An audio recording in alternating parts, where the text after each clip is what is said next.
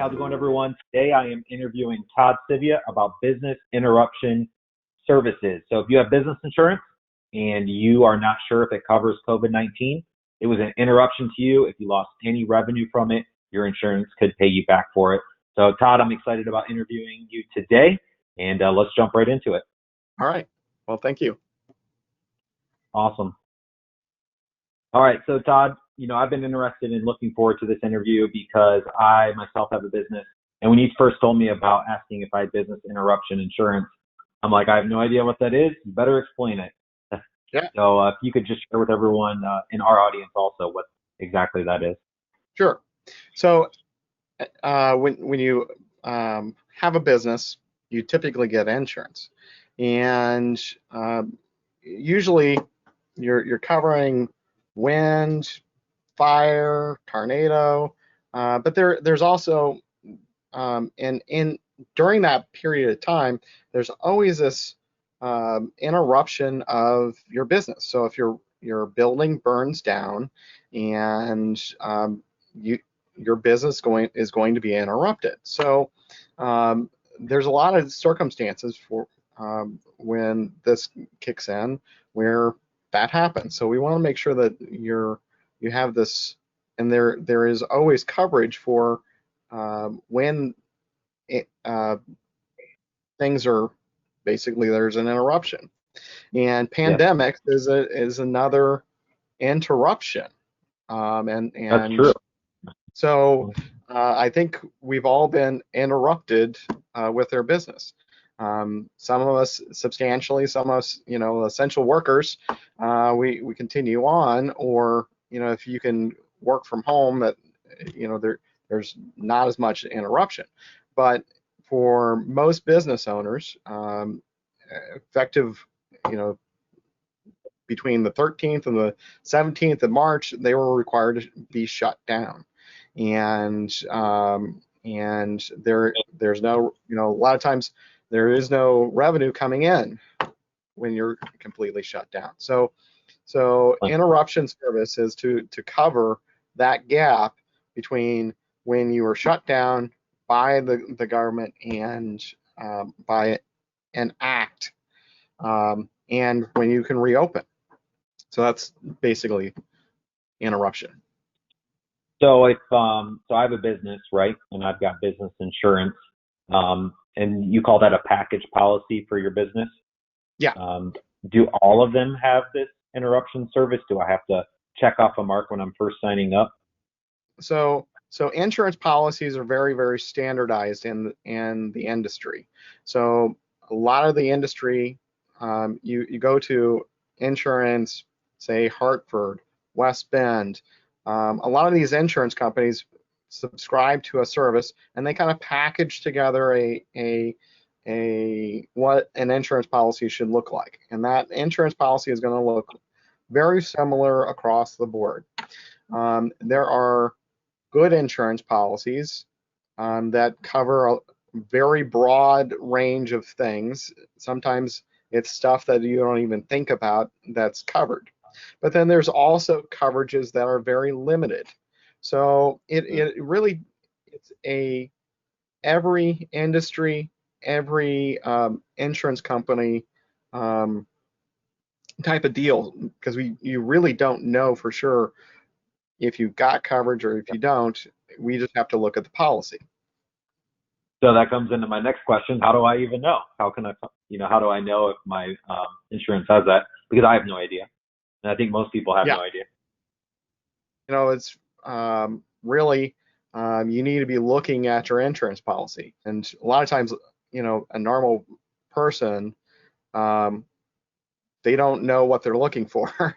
Exactly what you just said. So you need somebody to actually look at it. Like in our office right now, we are looking at all kinds of different insurance companies to see, hey, do you have it?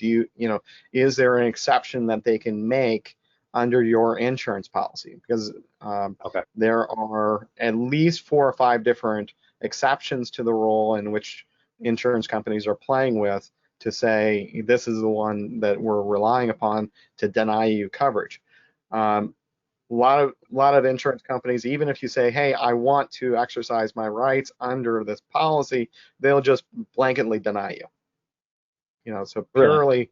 purely, their job is to make money, and not pay out claims.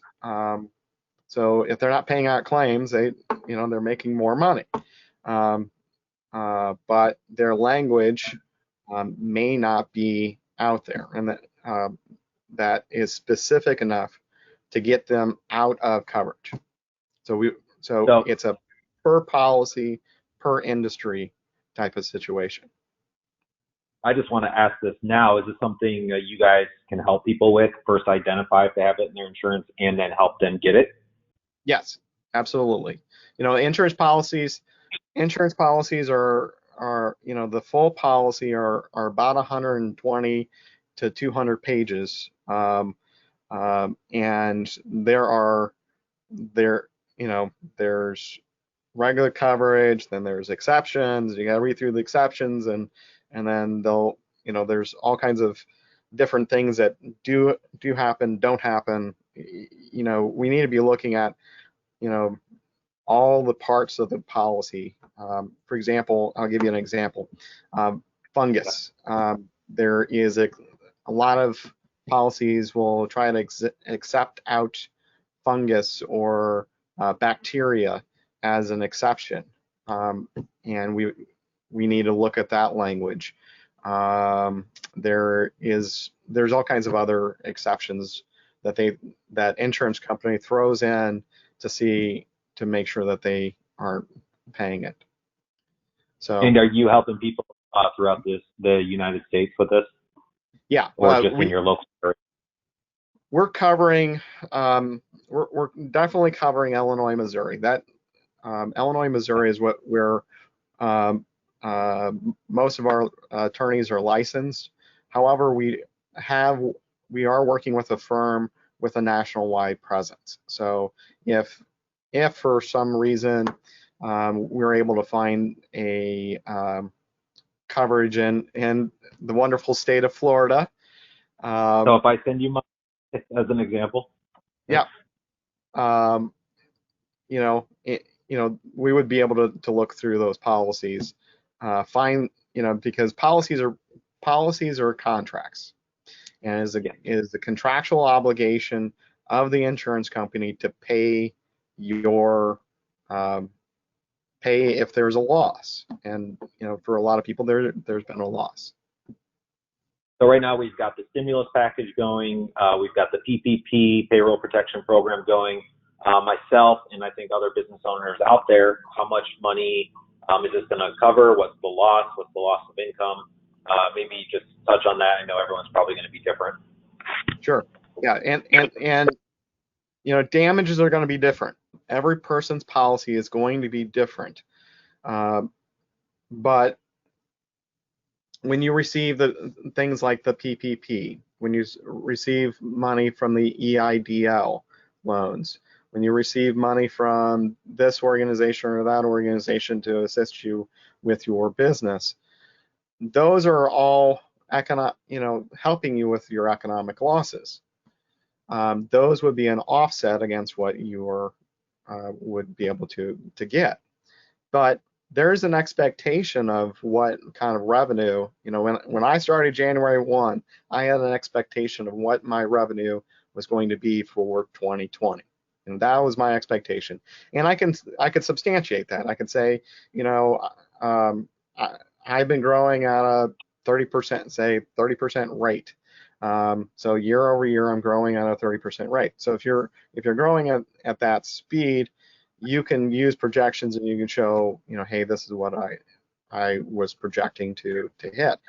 But you can also look at what did you hit in 2019. So, what was the revenue that was generated in 2019? So if I look at between March the 15th and whenever I reopened as a business owner. So, if you're in Missouri, you could be already open. If you're in Illinois, you're probably still closed. Really, that's the difference. So, you know, there could be like a 2 month, 2.5, 3 months period of economic damages. So if your retail sales of $20,000 and during this pandemic you were able to generate $5,000, you would have an economic loss during the month of May of about $25,000 of economic losses, and that's what you would be asking the insurance company to kick in and pay for, would be that economic loss. Now, here I have a question here. What if my business is closed due to a voluntary or mandatory government order? And how does it work if the government is telling me I have to close also? Let's say a local restaurant or gym. Right. So in this circumstance, I mean, that's what this interruption service is supposed to be covering, is that whether it's fire, wind, tornado, or different services, there may be an exception in your policy that covers that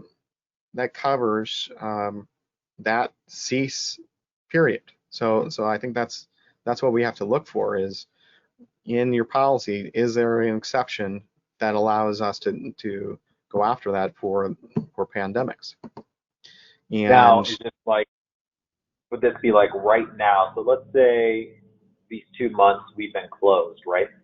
And then now we have like a restaurant, they're only 50% open to capacity right now. Yep. Will that insurance keep covering that even though I'm 50%, 75%? So how long will they cover that for? Until I'm 100%? As long as the loss is sustained. At a certain point in time, the insurance company is going to say, okay, this is what we estimate your losses are, and there's accounting mechanisms that we can estimate and show, is it because of mismanagement, or there's other factors that go along with it. But being shut down or shutting down at 50% capacity, or 25% capacity, that's still a loss. So you do have numbers, especially in 2019, that can show and substantiate, hey, there is a loss here. So all right, so I send you my business insurance policy, you take a look at it and you say, hey, you're not covered for COVID-19. Can I buy that now and start getting covered for that? Is that something that I could add on and then start getting covered for? Yeah. There are not that many insurance policies out there that offer pandemic. But if you don't have it, that is number one thing that you need to be getting. But also, too, it's been 2 months. You have a very short window of time in which you can file a claim. So if you were shut down mid-March, you only have usually 90 days to have to make a claim. You don't have, you may say, I'm going to make the claim, and you may not ever get anything out of it, but you got to make the claim within 90 days. So even if they deny it, that's okay. We can deal with the denial, but you got to make the claim. So what you're saying is everyone needs to email you their insurance policies today. Absolutely. Today, tomorrow, yesterday, 2 months ago. I mean, we need them as soon as possible. Are you 100% involved? We don't have to get on the phone with our insurance policy. Let's say you check my insurance, it covers it. Do I have to call them and tell them I want the thing, or the money, or do you guys take care of that if you're in your area? Even if I'm not in the area, they need to at least make the phone call to their insurance company. They need to tell the insurance company, hey, we really need to, I'm just making a claim, and let them deny it. It's okay for a denial. I'm okay with a denial. I'd rather them deny it straight out, and not, versus not making the claim. So if they deny it, is that when you step in? that's when we step in. So, but even beforehand, we could be looking at the policy and checking and to see if there's policies. There's lawsuits already been filed on several cases, especially restaurants. There's a case up in Cook County. They've already filed. We're talking about, at least one or two other ones that should be getting on file here soon. But there's definitely some other, business interruption is one way for us to resolve these claims. There's going to be other things that are going to come down the pipe to protect business owners. Especially like Illinois, where the governor may not have had the authority to file. There may be some other claims that come into play there, but it all stems with working through the process, making sure you have gotten everything that you need, or all the resources that have been made available. So going and get your PPP, filing for EIDL, filing for anything that is available for individuals. And then so we've already talked about that pretty heavily. So now we're getting into this kind of our second phase, which is talking about business interruption service and seeing, if we can't manage some of the economic losses for some of these small business owners before we get to the next level. And third, it gets harder from here, Yeah. Well, that's why I like your firm so much, because you guys are always on the, the latest trends, or you're right there. Like, I didn't even hear about this till you reached out about the business interruption. So you were giving me advice on the PPP, which I am thankful for. So I love how you're always ready when there's something new that comes up. Yeah. And we're a small firm, but we expand out fairly large. And I always tell clients or tell people that, we may have that small firm feel, and there's 4 or 5 of us in our office, but I work with some of the big names, big name firms that go out and may take on some of these bigger cases, and a lot of times I'm the local expert, or the person that comes in and supports them, and make sure that they know the forensics and know how to prove the economic losses. Trial lawyers need the guy, the number cruncher in the background to be able to help them out. So Exactly. I end up being the number cruncher. Well, we appreciate you. Thanks for doing that. Just a couple more questions on this. Number one, there's a bunch of different types, a lot of different types of business out there, local, online, whatever it is, type of businesses. This applies to every single type of business out there, or are there some that this won't apply with? If this will not apply to anybody that continued their business. Luckily our firm, we were deemed essential, and we were able to still operate. We were still able to send out, work on clients, handle things. Firm, our revenue is going to be about very similar to what it was in 2019.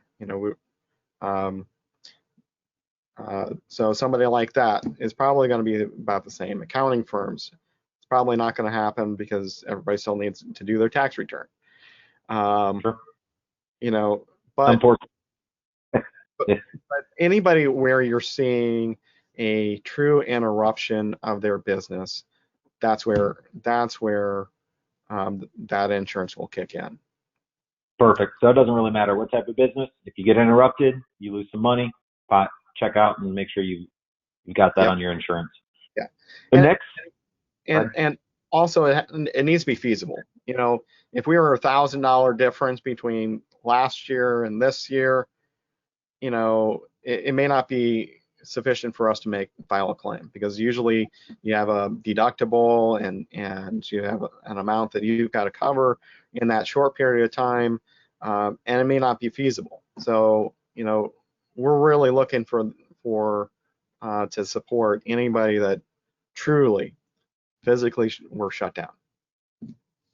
That actually brings up another good point, because let's say if you're comparing to last year and your company's not growing, you're expected to stay the same, right? From last year, this month to this year. But what if your company is growing, let's say by 200%? You are consistently growing January, February, and then March. Will they pay you the difference based on what your expected growth was, or are we still comparing to last year's numbers? You know, that's going to be a evidence of proof question.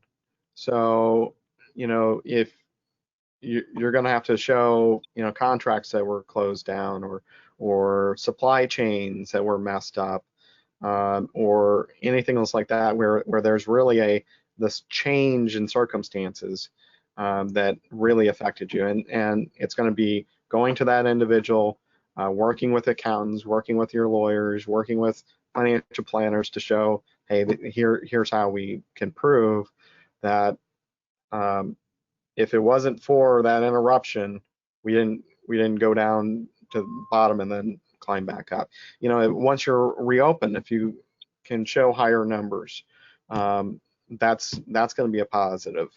So there's always going to be different things that we're going to be able to work through to see that. So. All right, great. I need your help. I've got business insurance. What do I do next? So, email us your policy. It doesn't matter if you think you got insurance, or even if you've talked to your insurance company and they said you're going to be denied no matter what, nobody has this, just send it to us, because there's been several clients that have been pleasantly surprised that we dig into their insurance policy, and lo and behold, hey, there is a policy, there is coverage, and we think you do have coverage. And you know, the positive is there's no cost. You know, a lot of business owners are like, you know, I'm digging myself into a whole, you know, having an attorney look at my insurance policy, and you know, how much is that going to cost me, and all that, and you know, until we know that there is a good case, there's no cost, and then from there, it's based upon what we think we can get for you. Perfect. Yeah. And then even then, you base that on what you think you're going to get back from the insurance, and then just take a percentage of that. Is that how it works? Yep. Perfect. Okay, that's great. What email should they send that to? They need to send it to info@sivialaw.com. So it's info at S as in Sam, I, V as in Victor, IA, law.com. Yeah, and I'm sure we'll have Madison put that link in the description too, so they can just click on it and email you. Yeah. And then after I send you an email, how long does it usually take for you guys to take a look? And then what should I do next? Should I call my insurance company and file that claim? Yes. As soon as you get off this web conference, I would call your insurance company and at least file the claim. So, and then second, send us your, you know, you may have to call them and say, oh, by the way, send me a copy of the full policy. And that there's a difference between your declarations. So your declarations is usually a 1 or 2 page document that goes through and says, this is, you know, line item fire, line item theft, line item X, Y, and Z. And you go through that list, and instead of that page, we actually need the full policy. You know, we're looking at, 100 to 200 page document. And that's what we're looking for. We're not looking for the declarations. So a lot of times you're going to have to call your insurance agent anyway and ask them that they email it to you.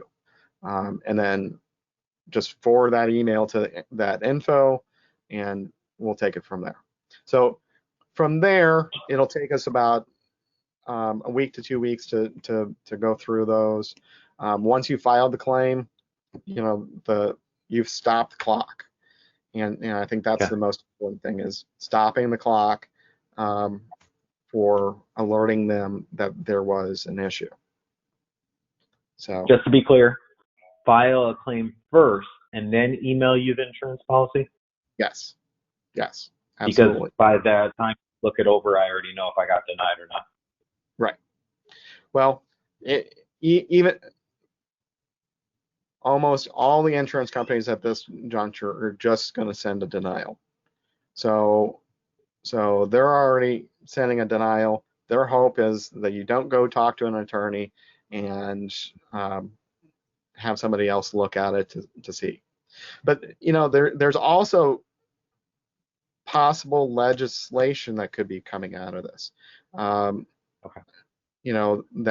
may kick in as well. One of President Trump, and I don't want to get political here, but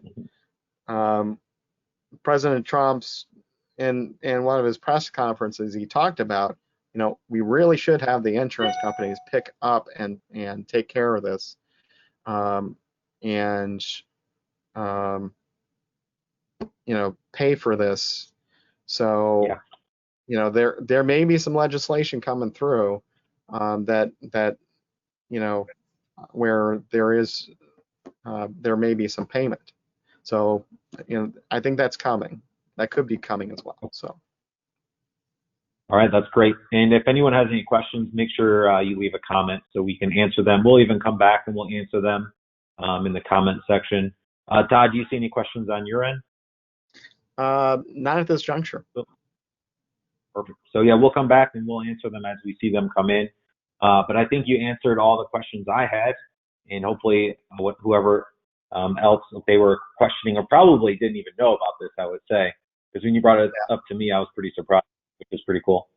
Yeah, no, I mean, I'm talking to a lot of insurance companies, and a lot, I love brokers, insurance brokers, because they're always advocates for their clients and not always advocates for the insurance company. And when I've talked to them and they've said, absolutely, I'm going to go, because there are a couple insurance companies that we are specifically looking at. One is I think Sentinel, that we're specifically looking at. They do have some loopholes in it, but that insurance broker was like, yeah, I know at least 2 clients that have that insurance, and I'm going to make sure that they call you in. So the more insurance policies we can take a look at, the broader we can find ways to get that insurance to kick in and help all of our clients, because no one expected this. I don't think, this is unprecedented times that we're in a position where we are being interrupted, not by war, but not by anything by our own means. This is not fire. This is not casualty. This is not something that any one of us would have ever expected when we went into business, that we would be shut down by a pandemic. That's just not, it's unheard of. So, we can't plan for it. But usually, if we can't plan for it, most likely insurance companies didn't plan for it either. So we want to make sure that, we've got some kind of coverage, and we should have coverage for our business. So. Awesome. Looks like we have a couple questions coming in from Steve. So we'll switch to Q&A, Steve, in a minute. But for now, on the live part, Todd, thank you so much for giving me all that information. and I appreciate your time. And if anyone else has any questions, make sure you leave a comment, and we'll get back to them right away. Thanks again, Todd. All right, thanks. And then you can keep this live, and we'll get to Steve. Steve says, what about Liberty Mutual? I haven't heard anything. Probably hard to say. Yeah, I haven't heard anything about Liberty. They're generally a pretty good company, but right now we're just looking at any kind of insurance and just taking a look at their policies. So the more insurance policies we can look at, the better. But definitely send it in. I have a question. Take a look at it. Perfect. Send it in, Steve. Steve, you have any more questions? Let us know, and we'll get to those. And then my question for you is it your birthday today, Todd? Is that true? It is. It is. Awesome. Yep. So and you're in the office working hard, helping people out. I am. So I was going to ask you how old you are. We'll just skip that part. I got to look at, I think Facebook told me it was your birthday, so I'm sure they'll tell me some other insights about you. Yeah. Well, Facebook tells you a lot, so. I know. I purposely hid mine, so I never get any birthday celebrations on there, but that's actually better that way. Yeah. All right, Steve has another question. I sent it via email. Full policy, is the PPP money subtracted from the settlement?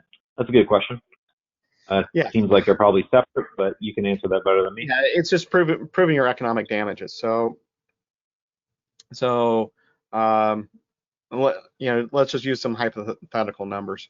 So say $40,000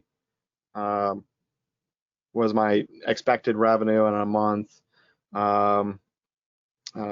Say I was a restaurant and $10,000 did come in because I was doing this, that, or the other. But then I also got PPP money for another $5,000. So now I'm at 15. So your true damages is the 40 minus the 15.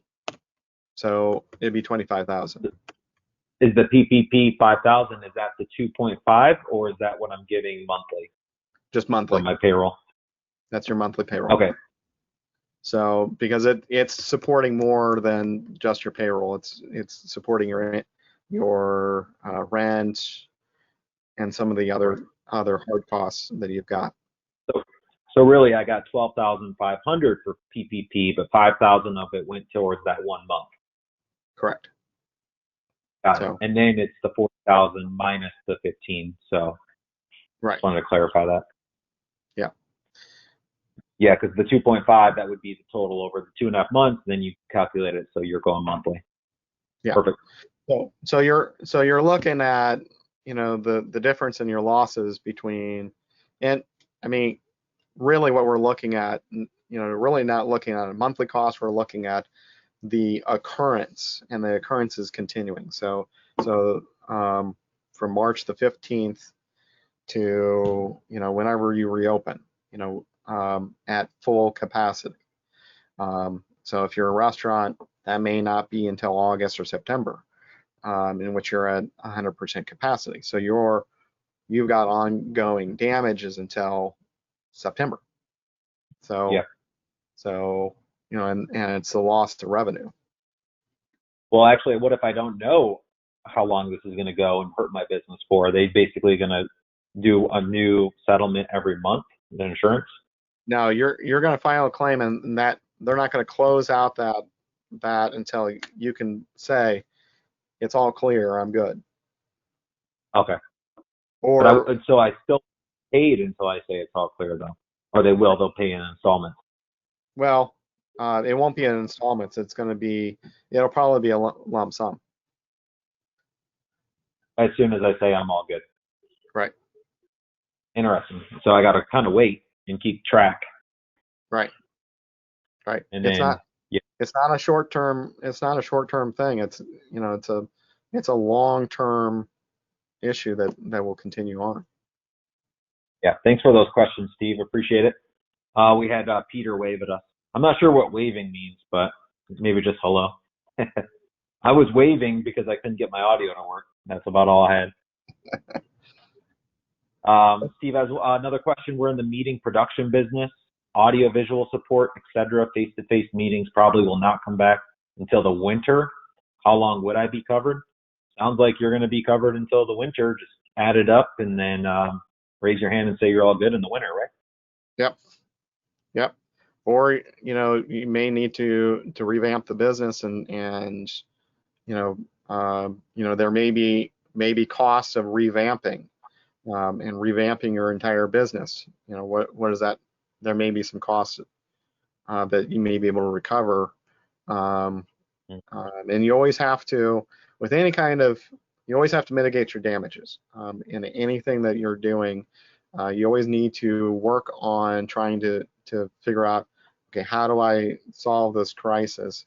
If your business has now become the wagon wheel, and you need to reinvent yourself, you may be able to go after some of that extra cost. So if he's meeting face to face and he has to start doing his meetings on Zoom, he can start getting covered for learning Zoom, buying Zoom, all the different training, whatever needs to put to switch from face to face to online, or even hosting conferences. He could claim the conference expenses for that. Right. So, Very nice. so those would be all part of that economic losses. So, but before we dive too deep into that, make sure if you want us to, this would be another reason. Check your policy, see if you're covered, because then we can advise you. Okay, here are some expenses that we can re-look at your business and maybe you need to reinvent yourself, and you could invest a little bit into it to get going. And Steve, it looks like Steve already sent the email in with his policy, though, so that's great. Okay. All right. Hopefully covered. All right, Todd, that's it. And Steve, you're asking some really good questions here, but they'll get back to you via email, so you guys can go back and forth that way and probably schedule a call. But other than that, thanks for answering all my questions. Sure. I'll be sharing this on all my Facebook groups, so they can check this out. They're like, what? I didn't even know, just like I did. Well, a lot of people, again, there is a lot of people that are out there saying, oh, you don't have it, and just blanketly not even looking, don't even ask, they don't even look at the policy. A lot of people are being told you don't have it, period, and it's made up. And in all reality, it's not made up. This is insurance that you've paid for. You may have paid for it for 20 years, and people don't realize, hey, I actually do have this insurance. I just got to look for it, and it takes time, takes energy, takes skill to look for the policies and figure out where they're going to argue out of the policy.